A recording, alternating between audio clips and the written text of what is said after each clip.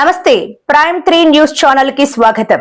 ప్రతిక్షణం ప్రజల కోసం మీ సమస్య పరిష్కారమే మా లక్ష్యం. మీ సమస్యలను 7382273833 వాట్సాప్ చేయండి చాలు. మా వార్తలు మీకు నచ్చినట్లయితే లైక్ చేయండి, షేర్ చేయండి, సబ్స్క్రైబ్ చేయడం మాత్రం మర్చిపోకండి. అనకాపల్లి నియోజకవర్గంలో తెలుగుదేశం పార్టీని బతికించండి, పీలా గోవిందను ఇక్కడి నుండి పంపించండి. టీడీపీ సీనియర్ నాయకులు ఆవేదన. అనకాపల్లి నియోజకవర్గంలో తెలుగుదేశం పార్టీ నిస్తేజమైపోయే పరిస్థితి వచ్చింది. దీనికి కారణమైన ఇక్కడ ఇన్ఛార్జ్ పీల గోవింద సత్యనారాయణను ఇక్కడి నుండి పంపించి పార్టీని బ్రతికించండి అని పార్టీ పుట్టిన నాటి నుండి నమ్ముకుని ఉన్న సీనియర్లు ఆవేదన వ్యక్తం చేశారు. స్థానిక గొల్లవీధి రామాలయంలో మాజీ టీడీపీ కౌన్సిలర్ కుప్పిలి జగన్ ఆధ్వర్యంలో ఆదివారం జరిగిన సమావేశంలో సీనియర్ టీడీపీ నాయకులు బోడి వెంకట్రావు, గుడాల సత్యనారాయణ, వెంకటరమణ, కోటిని ఉమా తదితరులు మాట్లాడుతూ ముఖ్యమంత్రి నారా చంద్రబాబు నాయుడు, నారా లోకేష్ కార్యకర్తలే అధినేతలు అనే నినాదానికి వ్యతిరేకంగా పనిచేస్తున్న పీలాపై గత 11 నెలల క్రితమే జిల్లా అధ్యక్షులు బత్తుల తాతయ్య బాబుకి, రాష్ట్ర అధ్యక్షులు పల్లా శ్రీనివాసరావు, మంత్రి కొల్లు రవీంద్రకు ఫిర్యాదు చేశామని, కానీ ఎటువంటి చర్యలు వారు చేయలేదన్నారు. పీల గోవిందను వెనక్కి పంపించి స్థానిక నాయకులకు ఇన్ఛార్జిగా నియమించి పార్టీని కాపాడాలని కోరారు.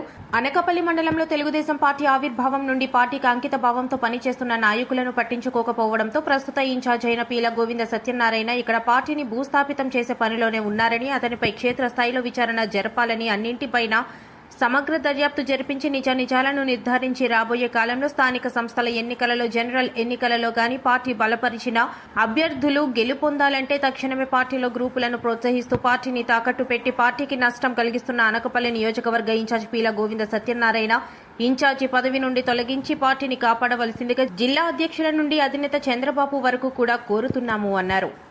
మంగళగిరిలో పార్టీ ఆఫీస్ దృష్టికి ప్రతి సందర్భం కూడా సిస్టమేటిక్గా ఫిర్యాదు చేసి ఇక్కడ పార్టీ పరిస్థితి ఏంటి, పార్టీలో జరుగుతున్నటువంటి నష్టం ఏంటి, కేడర్ ఏ విధంగా ఇబ్బంది పడుతుంది, కూటమి ఏర్పడిన తర్వాత కూడా మనకి కూటమి నుంచి ఎమ్మెల్యేగా ఉన్నా ఒక ఇన్ఛార్జిగా పార్టీకి ఉన్నటువంటి వ్యక్తి ద్వారా పార్టీ కేడర్ని ఆదుకోవాల్సినటువంటి సందర్భం కూడా మర్చిపోయి ఈరోజు నిజంగా చెప్పాలంటే అనకాపల్లి అసెంబ్లీ నియోజకవర్గ పరిధిలో తెలుగుదేశం కేడర్ కంటే వైసీపీ కేడరు గుండె చేసుకొని మాకు ఒక ఎమ్మెల్యే ఉన్నాడు, మాకు ఈ ఇన్ఛార్జ్ ఉన్నంతకాలం మాకు ఏ ఇబ్బంది లేదు అని చెప్పేసి చాలా ధైర్యంగా ఉన్నారు.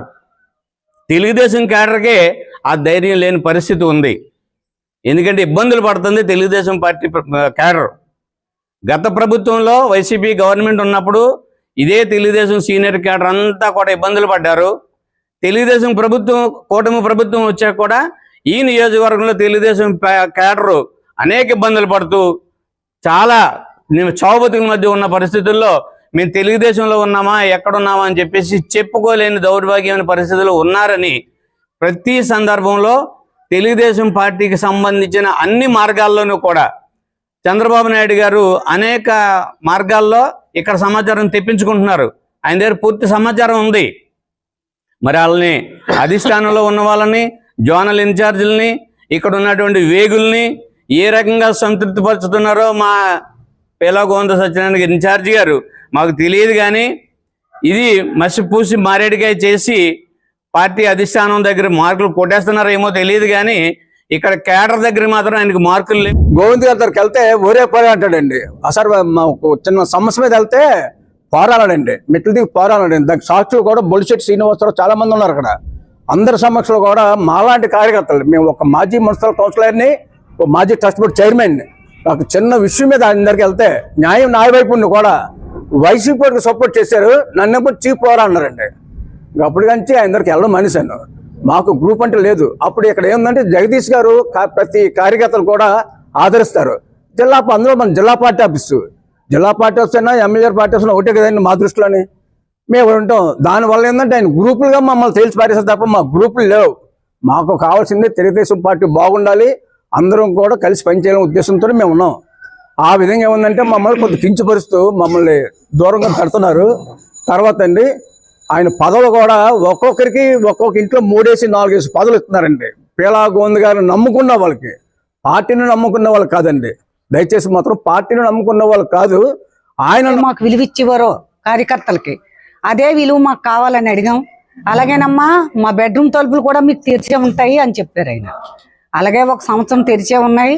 ఆ తర్వాత నుండి మరి అతనికి ఎవరు చెప్పారో లేదంటే మేము కార్యకర్తలుగా అతనికి హానలేదో, పాత కార్యకర్తలకు అందరికీ కూడా మెసేజ్లు కానీ మమ్మల్ని కలుపుకు వెళ్ళడం కానీ ఏ పరిస్థితుల్లో జరగలేదు. కాకపోతే ఇక్కడ నేను మాట్లాడితే ఈవిడికి పదవి రాలేదని మాట్లాడతారేమో అనుకోవచ్చు. అది కాదు, పక్కాగా ఆ రోజు రఘుబాబు గారు వైసీపీకి క్యాండిడేట్ గా ఉన్నప్పుడు పనిచేసినటువంటి కొంతాల రత్నకుమారికి జిల్లా అధ్యక్షురాలు పదవి వేశారు. జిల్లా అధ్యక్షురాలు కాదు, జిల్లా కోశాధికారి వేశారు. తర్వాత నెక్స్ట్ స్టేట్ వేశారు. అలాగ ఏంటంటే వైసీపీకి పనిచేసిన వాళ్ళకి, కాంగ్రెస్ లో పనిచేసిన వాళ్ళకే పదవులు ఉన్నాయి. ఈ రోజు ఎవరైతే గోవింద సత్యనారాయణ గారికి బాగా భజన చేస్తున్నారో వాళ్ళకి మాత్రమే పదవులు ఉంటున్నాయి. మాకు కనీసం కబుర్లు కూడా లేవు. మేము పార్టీ పేరు చెప్పి ఎక్కడా మేము పాడు చేయలేదు. పార్టీ నియమ నిబంధనలకు కట్టుబడి ఉన్నాం. కాబట్టి ఏ ఇన్ఛార్జ్ వేసినా పార్టీకే మేము పనిచేస్తాం.